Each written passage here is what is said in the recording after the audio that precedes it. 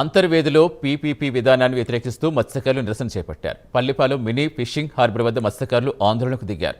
హార్బర్ని private వ్యక్తులకు ఇవ్వొద్దని demand చేశారు. మత్స్యకారుల జీవనోపాధి దెబ్బతీసే చర్యలు మానుకోవాలని ఆగ్రహం వ్యక్తం చేశారు. పీపీపీ పద్ధతి ద్వారా హార్బర్ని ప్రైవేట్ ఏజెన్సీకి ఇవ్వొద్దని కోరారు. ఈ పద్ధతికి వ్యతిరేకంగా నినాదాలు చేశారు.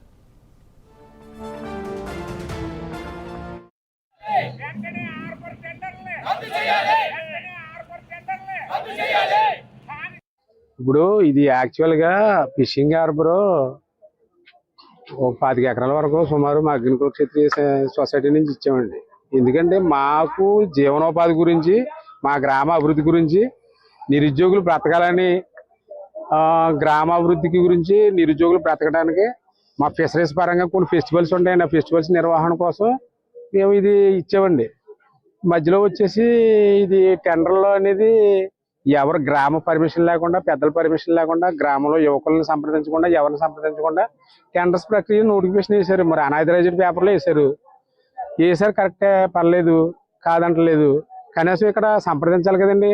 ఏ హార్బర్లో కూడా ఇలా లేదండి. కాకినాడ హార్బర్లో కొట్లకి పన్నులు వసూలు చేసుకునేలా, నెల సరిహద్దులు వసూలు చేసుకునేలాగా, రోజువారీ వచ్చిన బోర్డులకి 150 వసూలు చేసుకునేలాగే ఉంది. అలాగే బందర్ ఉందండి, బందర్ హార్బర్ ఉంది. బందర్ హార్బర్లో కూడా పాడి ఊడికి 200, 300 ఇచ్చేలాగా ఏదో రోజువారీ పనులు వసూలు చేసేలాగా ఉంది. కానీ ఏదో రకరకాలుగా వేధించి అవేమి లేవండి. అక్కడ హార్బర్ అంటే ప్రతి హార్బర్కి ఒకే విధమైన విధి విధానాలు ఉంటాయి. ముందు హార్బర్ లేదండి. ఇక్కడ ఆ పక్కనే మార్కెట్ ఏర్పాటు చేసుకుని మేమే అక్కడ ప్లాట్ఫామ్ అది ఏర్పాటు చేసుకుని వ్యాపారస్తులందరినీ ఇక్కడికి రప్పించి వ్యాపారం చేసుకుని బోట్ల వాళ్ళని రప్పించి ఇక్కడ మార్కెటింగ్ జరిపేవాళ్ళు అండి. ఎప్పుడు తర్వాత ఇప్పుడు టీడీపీ గవర్నమెంట్లో పెదబాబు గారు ఉండగా అప్పటి నుంచి కృషి చేసామండి. మాకు హార్బర్ కావాలి, ఇక్కడ మాకు హార్బర్ కావాలి, మాకు వసతులు కావాలని చెప్పేసి అని కృషి చేసామండి. కృషి చేసిన తర్వాత కొంతకాలానికి క్రమేపీ ఇది శాంక్షన్ అయ్యి వచ్చిందండి. శాంక్షన్ అయిన తర్వాత హార్బర్ కట్టారండి. కట్టి ఇప్పుడు ఇది ఇంకా పనులు చేయాలి.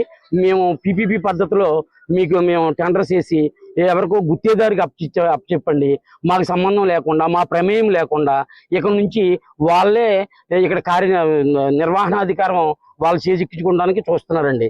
దీనివలన మేము ఎంతో మంది బతుకుతున్నామండి. ఇలాగా మేము కొంతమంది క్రయ విక్రయాలు చేసుకుని బతుకుతున్నాం, కొంతమంది అయితే వ్యాపారాలు చేసుకుని బతుకుతున్నామండి. రకరకాలుగా హోటల్స్ అమ్ముకుని లేకపోతే ఇంకోటి చేసుకుని ఇక్కడ బ్రతుకుతున్నామండి.